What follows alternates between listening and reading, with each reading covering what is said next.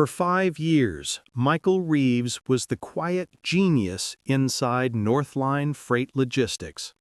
He wasn't the loudest, he wasn't the most confident, but he saved the company millions with nothing more than spreadsheets and stubborn honesty. And that honesty is exactly what destroyed him. On February 3rd, Michael was called into a meeting with the new CFO, Brent Coleman, a man known for his sharp suits, expensive watches, and a smile that never reached his eyes. Brent tossed a stack of papers across the table. "Sign these," he said casually. Michael flipped through them. It was a $480,000 expense approval for operational adjustments. But the numbers didn't make sense. They didn't match revenue, they didn't match shipments, they didn't match reality. Michael looked up. "These figures are fabricated." Brent's smile vanished. "You're going to sign them," he said quietly, "because you don't have the authority to say no." But Michael did say no, and that single decision set off a chain reaction that would destroy his career, before giving him a power no one saw coming. 3 days after Michael refused to sign the document, something strange happened. He lost access to every internal system. Email? Locked. Financial database? Locked.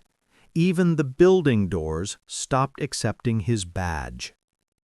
Michael went to HR. They told him to wait in the conference room. But the people who walked in weren't HR. It was Brent and 2 security officers. Brent dropped a folder on the table with theatrical elegance. "Michael Reeves," he announced, "you are under internal investigation for unauthorized data extraction and financial manipulation." Michael blinked. "What? No, that's not—" Brent cut him off. "IT flagged suspicious activity coming from your account." He leaned in. "And the numbers you refused to sign, well, they suddenly make sense now." Michael shook his head. "I didn't steal anything. Check my logs." Brent smiled again. That same empty smile. "Oh, we did." He tapped the folder. "And the evidence is overwhelming." It wasn't. But Michael didn't know that the evidence was fabricated by the same man accusing him. He also didn't know that Brent's plan wasn't to punish him. It was to erase him. Michael was escorted from the conference room to the open office floor, a place he once helped rebuild after the company nearly collapsed. Dozens of co-workers stared as the security guards flanked him. Whispers spread like wildfire. Brent followed behind him, voice loud enough for the entire department. "Everyone, just so you're aware, Michael Reeves is being terminated for internal financial misconduct." A few people gasped. Most looked confused. Michael's closest colleague, Anna, took a step forward. "That can't be right. Michael doesn't even have access to half—" Brent cut her off. "Anna, if you want to keep your job, sit down." Then the moment Michael would never forget. As they reached the lobby, Brent leaned in close and whispered loud enough for his team to hear. "Guys like you never win. You're poor for a reason." The guards opened the glass doors. Michael stepped outside in total silence. He was fired, humiliated, accused of crimes he didn't commit. But what Brent didn't know What nobody in that building knew was that Michael Reeves was the last person anyone should have pushed out. 2 weeks after being fired, Michael received a letter he hadn't been expecting. A plain white envelope, no company logo, just his name, handwritten. Inside was a single sheet of paper and a signature he hadn't seen in over a year. Arthur Daly, one of the 3 founders of Northline Freight, the only founder who ever treated Michael as an equal. Arthur had retired due to illness and disappeared from public life. Most employees assumed he had moved overseas. He hadn't. The letter was dated 6 months before Michael was fired. It stated, "In recognition of your integrity and the millions you saved us, I am transferring my personal share allocation to you, effective immediately." Michael froze. Arthur Daly owned 12.7% of the company. Combined with the shares Michael already had from early stock programs, his total ownership was now 15.8%. Not enough to control the company, yet powerful enough to become a problem for the man who framed him. But that wasn't the shock. At the bottom of the letter, Arthur had written one last line. "You're going to need these shares, Michael. They're planning something." 3 days after receiving Arthur's letter, Michael drove to a small law office on the edge of Denver. Arthur's former attorney, a quiet elderly man named Raymond Pike, had asked to meet him. Raymond didn't shake hands. He didn't smile. He simply locked the door and placed a folder on the table. "Before Arthur passed," he said softly, "he asked me to give you this if anything unusual happened at the company." Michael opened the folder.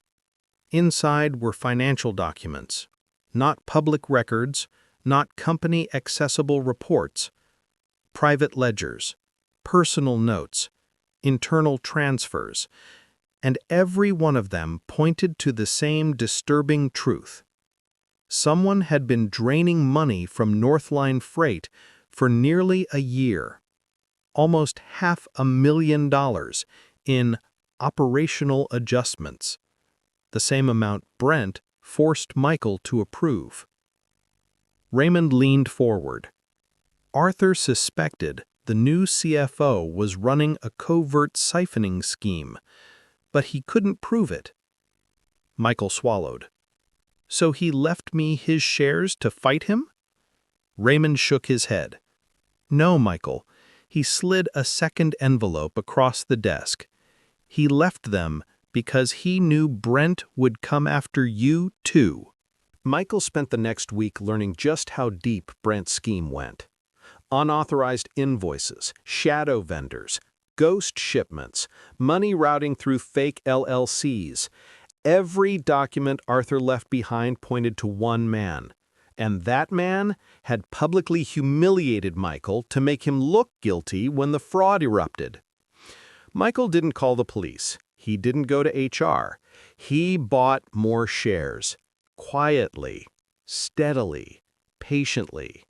Small shareholders were more than happy to sell, especially after rumors spread that the company was unstable. Rumors started by Brent himself. In 3 weeks, Michael increased his ownership from 15.8% to 27%. He was no longer a former employee. He was the second largest shareholder. But he wasn't done, because on a quiet Tuesday morning, Raymond called with words that changed everything. "Michael, Arthur's last batch of shares just cleared probate." Michael sat down. Another 24% had just become his. Michael Reeves now owned 51% of Northline Freight. The next morning, Michael walked into the same building where he'd been fired. Same jacket, Same shoes, same quiet expression. Reception froze. Security froze. Everyone froze. "Sir, you can't go in there," one guard said.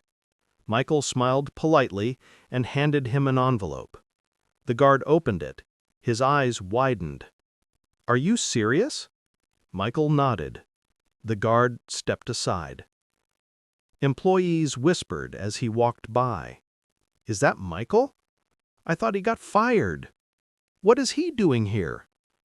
Then he stepped into the executive floor. Brent looked up from his office, clearly annoyed. "Oh my God, I told security not to let you—" Michael cut him off. "You don't have the authority to tell them anything." Brent blinked. "What?" Michael placed a stack of signed documents on Brent's desk. Ownership transfer, board control, majority stake. Michael Reeves, 51%. For the first time, Brent's perfect posture broke. What is this?" Michael sat down. "Your replacement." After Brent was suspended, Michael and forensic accountants searched the company servers. The deeper they went, the uglier it became. Brent hadn't just siphoned money. He had fabricated invoices, erased shipment logs, opened shell companies, redirected supplier payments, manipulated tax documents, and worst of all, he used Michael's credentials as the signature trail. Every suspicion, every accusation Brent threw at Michael was a reflection of his own crime. Michael sat quietly as the forensic team revealed the final missing piece, a document titled Phase 3, Cleanup. Cleanup meant one thing: frame Michael, fire him, destroy his reputation, and disappear with $500,000. But Brent never expected the founder to leave Michael a silent shield, never expected Michael to become majority owner, never expected to be sitting in a conference room with federal agents waiting outside the hallway. For the first time, Michael felt something he hadn't felt in months: control. Brent was brought into the boardroom, hands shaking. "Michael, this is insane," he stammered. You can't do this." Michael folded his hands calmly. "You framed me, Brent." Brent scoffed. "You have no proof." Michael pressed a button. A projector illuminated the wall. Invoices, timestamps, IP logs, bank transfers, shell company registrations, all tied to Brent. Brent's face turned white. This is manipulated." Michael stood up slowly. "You did that part yourself." At that moment, 2 federal agents stepped inside. "Brent Coleman, you are under arrest for federal wire fraud and misappropriation of corporate funds." Brent exploded. "This is a setup. He's nobody. He's a low-level analyst." Michael leaned in and whispered, "I own the company." Brent was handcuffed and escorted out. The same walk Michael once took, but this time everyone looked on with silent satisfaction. As Brent was taken out, employees slowly gathered around Michael. Anna approached first, eyes full of guilt. "Michael, we should have defended you." He shook his head. "You would have lost your job." "But you did," she whispered. Michael gave a small smile. "Sometimes losing something is how you learn what it's worth." HR approached next, then accounting, then logistics. One by one, every person who once doubted him came forward. Michael didn't blame any of them, because he finally understood what Arthur meant in his letter. Integrity doesn't protect you, but in the end, It's the only thing that survives. Michael walked to the executive office, Brent's old office. He looked at the view, the desk, the file cabinets. Then he said softly, "This doesn't belong to me." He called the board members in. "I'm taking the CEO seat only temporarily. This company needs someone fairer than me." But the board disagreed. "No," they said. "It needs exactly someone like you." Within a month, Michael changed everything. He doubled warehouse salaries, canceled all toxic leadership positions, restored benefits Brent had cut, launched open books accounting, and established a whistleblower program in Arthur's honor. For the first time in years, employees felt safe walking into work. Productivity soared, morale rose, clients returned. Northline Freight went from struggling to leading the regional logistics market. But Michael's biggest decision came quietly. He bought new chairs for every desk, new equipment, new break room, new lights, new everything. And in the lobby, on a small wooden stand, he placed a new plaque. "Respect everyone. You never know who actually owns the room." Employees smiled every time they passed it, because they knew exactly what it meant. One afternoon, Michael received a small box with no return address. Inside was Arthur's old pen, the one he always kept in his pocket, and a note. "I chose you because you never wanted power. That's why you deserved it. Arthur." Michael sat at his new desk in the office once ruled by arrogance and fear. He looked at the pen, then at the company he rebuilt from the inside out. He had lost his job, lost his reputation, lost his confidence. But he never lost the one thing that mattered most, the belief that doing what's right is worth the cost. And in the end, that integrity did more than save him. It gave him the entire company. The man they fired for stealing ended up owning everything.